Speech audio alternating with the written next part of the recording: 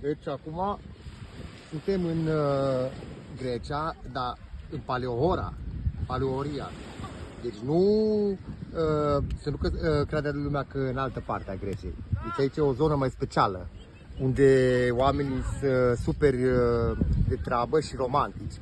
E un loc, locul e romantic, de fapt, nu oamenii, adică oamenii sunt liniștiți. Dar uitați, deci pot să zic că nici nu se compară cu alte situații, unde apa e foarte caldă, deci foarte caldă. Nu are nimeni treaba asta, efectiv e o zonă incredibil de, uitați, nisipul e fin aici, că pot să vă arăt, deci e extraordinar de fin.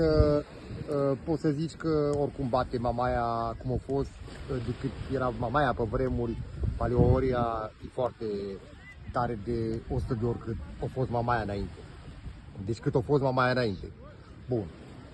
Aici, uitați, liniște, toată lumea, uite, stăm aici pe niște șezlonguri.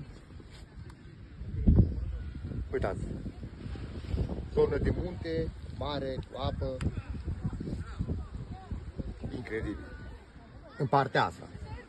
Dacă mergem, suntem între două plaje. Deci este o plajă aici și mai este încă o plajă vis-a-vis, care între plaje e interval de 2 minute, una de pe partea aia pe aia.